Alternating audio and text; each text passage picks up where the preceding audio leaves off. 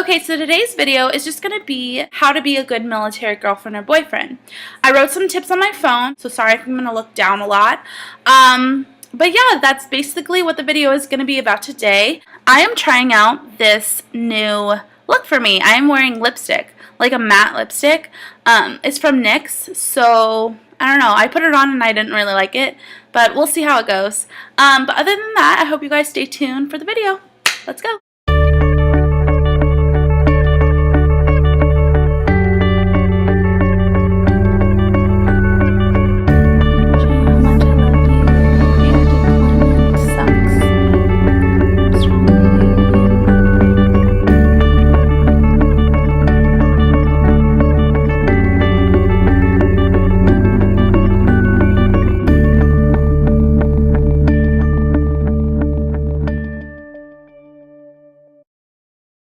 Okay, so the first tip I would like to give you guys is you have to be flexible.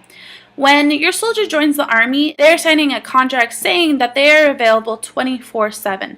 Their job is protecting our country. So if something came up, they need to be there at that time, and you can't give them any, excuse my language, but any shit. So if you set a date like for Friday and you guys wanted to go out Friday and all of a sudden he or she gets a phone call saying, hey, I need to come into work, or just something comes up and then they don't keep their word, you can't get frustrated with them because this is their job. Their job is to save our country, and that's what they signed up for. So definitely you have to be flexible around their time.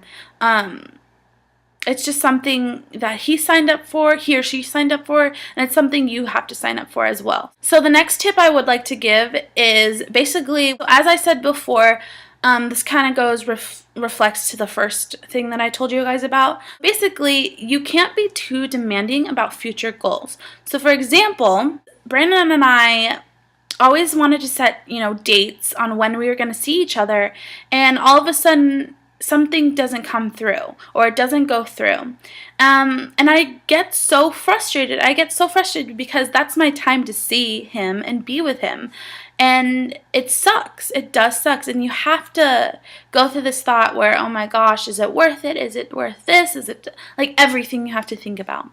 But you need to know that when your loved one is in the military, you can't set future goals like that. It's hard. It really is hard. When I started dating Brandon, I started dating him when he was in RASP, and it was hard. I mean, I'm glad that he had his phone and all that stuff.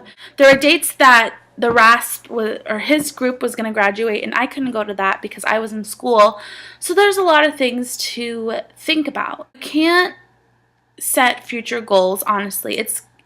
It would be too difficult and too hard, and then that's when you, as the spouse that's not in the military, that's when you get so demanding and things like that, and you can't have that happen. So you honestly have to go with whatever his or her schedule is.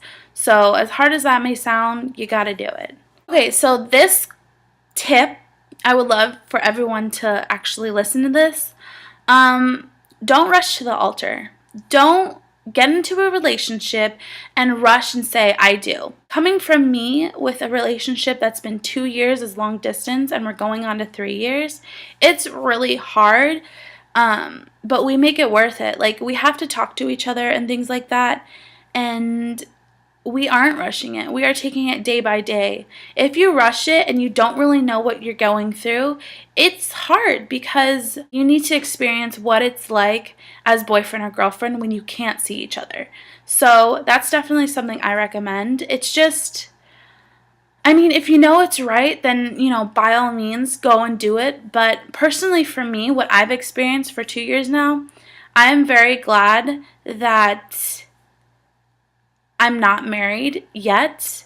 I mean, now it's the time where I do feel like I should get married and things like that. That's totally up to Brandon, whatever he wants to do. Yeah, definitely don't rush and take your time and see how this relationship goes, because it is very hard. Okay, so the next tip I would like to give is gain a little knowledge. So with your spouse, with someone that's in the military, you need to know, a little bit of what their job is about. You need to know, what brigade they're in, what unit they're in, things like that. For me, I'm still learning today, even though it has been 2 years since I've been, dating Brandon.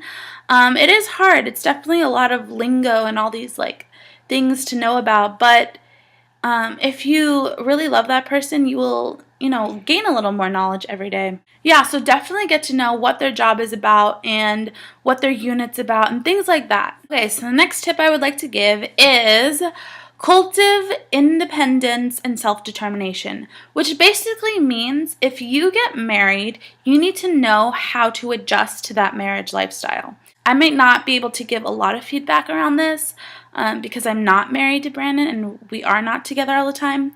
But from my experience, what I feel like, what it would be like if I was married to someone in the military, you need to know independence. You need to know how to lift yourself up. You need to know how to not put yourself down. You need to know how to get that motivation and say, I can do this. I am going to be able to do this.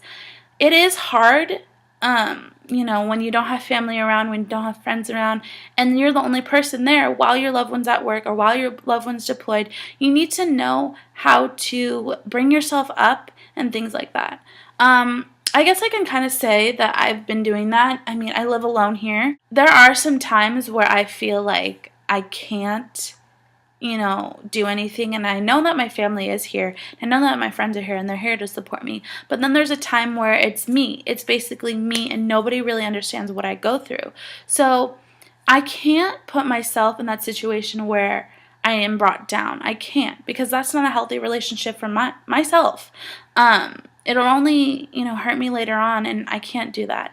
So what I like to do is keep the negative people out of my lives. Like, it's hard. It could be hard, but if you really love your relationship, you will do whatever it takes to work on it. And, sooner or later, you're going to be with that person, and it's going to be worth it. So I don't know. I just don't really like negative people in my life around the relationship that I have built with Brandon. So, that's definitely your call out there. And it's hard to change people's minds about, oh my gosh, you're dating someone in the military. Isn't that hard? Yeah, obviously it's going to be hard, but I find ways to bring myself up even when Brandon can't talk to me. So, yeah, that's definitely something I recommend. Okay, so the last thing I would like to say is meet the pros. And what basically that means is you should meet people around you that are in the same situation you are. So, for example, I have an Instagram, which it is down below. I have met a lot of young military wives, military girlfriends, and I am so blessed that I have met them, and they have become my lifelong friends because they know what I go through and I know what they go through. And so we're there cheering each other on no matter what, cheering their husbands on, cheering their boyfriends on. It's definitely helped me because sometimes I can't even talk to my family. Sometimes I can't even talk to my friends around here because people don't really know how I feel. And it's hard. It's definitely really hard. And I don't want to take my anger out on them.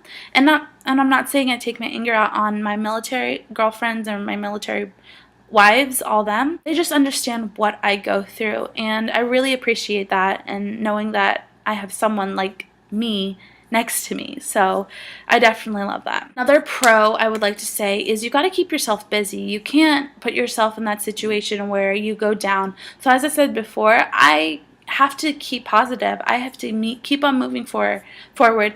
Every day passes, and everything's going to be okay. If you just have that communication with your spouse, everything's going to be fine. So definitely don't bring your negative to yourself, because that's only going to bring you down, and you do not want that in a relationship like this. So yeah, that's basically it. I hope you guys enjoyed my tips that I gave to you. I hope it helped.